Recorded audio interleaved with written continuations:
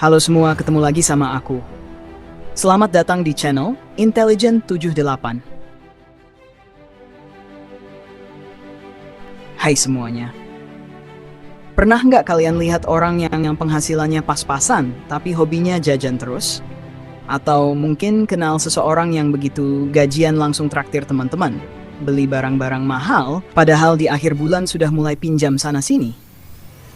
Sementara itu, di sisi lain ada orang kaya yang penghasilannya jauh lebih besar. Tapi kalau belanja mikirnya bisa berhari-hari. Bahkan lebih perhitungan dari orang yang uangnya pas-pasan. Fenomena ini sering banget kita temui di kehidupan sehari-hari. Orang dengan penghasilan terbatas justru sering terlihat lebih royal dibandingkan mereka yang sudah mapan secara finansial. Kok bisa? Bukannya seharusnya yang punya lebih banyak uang juga lebih sering belanja dan mentraktir? Kenapa justru yang uangnya pas-pasan malah lebih jor-joran dalam pengeluaran? Nah, ini yang bakal kita kupas tuntas hari ini. Pertama, kita perlu pahami dulu apa yang terjadi di kepala seseorang saat dia punya uang. Orang miskin dan orang kaya itu punya pola pikir yang sangat berbeda soal uang.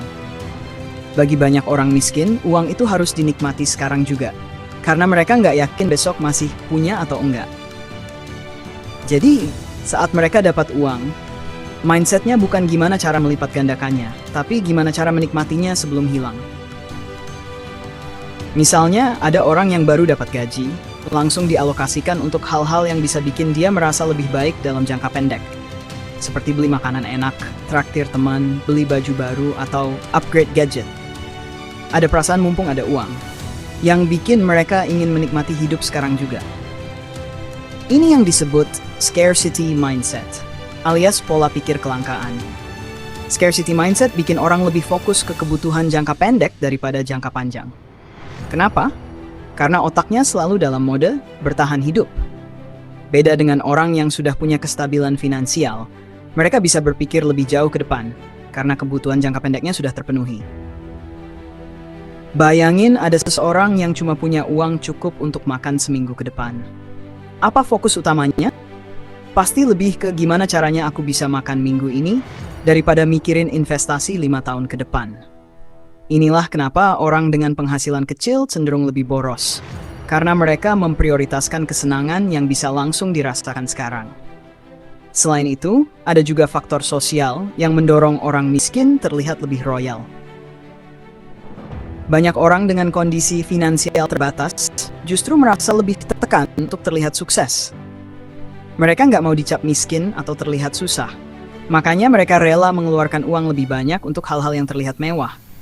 Misalnya beli HP mahal meskipun dicicil, biar nggak dibilang ketinggalan zaman.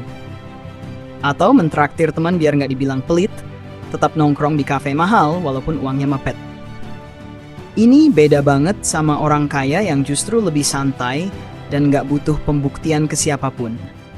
Mereka nggak perlu nunjukin kalau mereka punya uang karena sudah nyaman dengan kondisi mereka. Makanya, nggak heran kalau kita sering lihat orang yang hartanya miliaran, tapi gayanya tetap sederhana. Mereka paham bahwa kekayaan itu bukan soal tampilan, tapi soal aset yang terus berkembang. Faktor lainnya adalah kurangnya pendidikan finansial. Banyak orang dengan penghasilan kecil nggak pernah diajarkan cara mengelola uang dengan baik. Yang mereka tahu, kalau punya uang, ya dipakai. Bukan untuk diinvestasikan atau dikelola. Mereka nggak terbiasa dengan konsep budgeting, menabung, atau investasi. Buat mereka, uang itu harus segera digunakan sebelum hilang. Sementara itu, orang kaya sudah terbiasa dengan konsep pengelolaan uang. Mereka tahu kapan harus berhemat, kapan investasi, dan kapan menikmati hasil kerja kerasnya. Mereka nggak gampang tergoda untuk belanja impulsif karena sudah punya rencana keuangan yang jelas. Selain itu, ada juga faktor emosional yang mempengaruhi pola belanja orang miskin.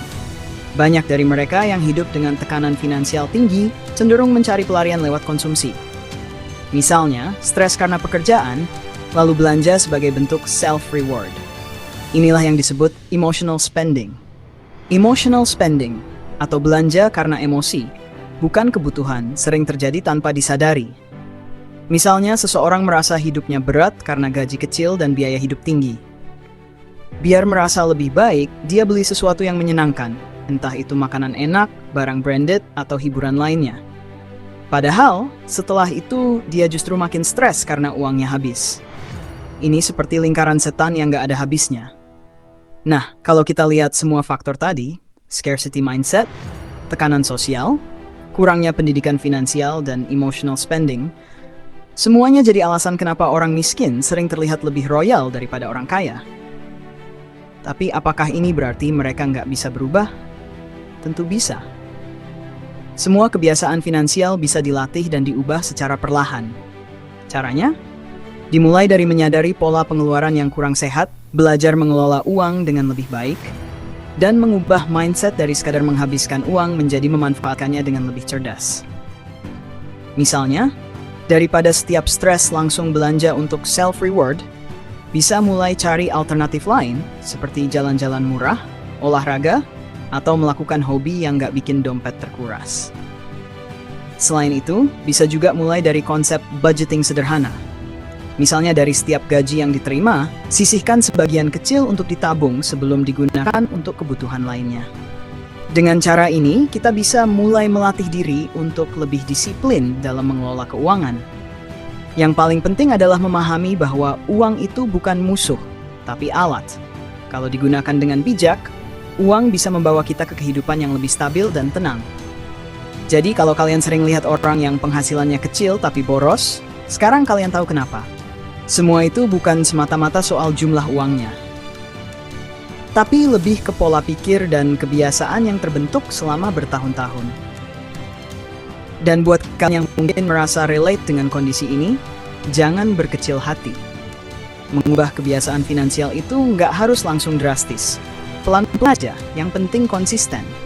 Karena pada akhirnya, bukan seberapa besar penghasilan kita yang menentukan kesejahteraan finansial, tapi bagaimana cara kita mengelolanya. Semoga video ini bisa jadi bahan refleksi, dan siapa tahu bisa jadi titik awal buat kita semua untuk lebih bijak dalam mengelola uang. Ingat, tujuan utamanya bukan cuma punya banyak uang, tapi juga hidup tenang dan bebas dari stres finansial.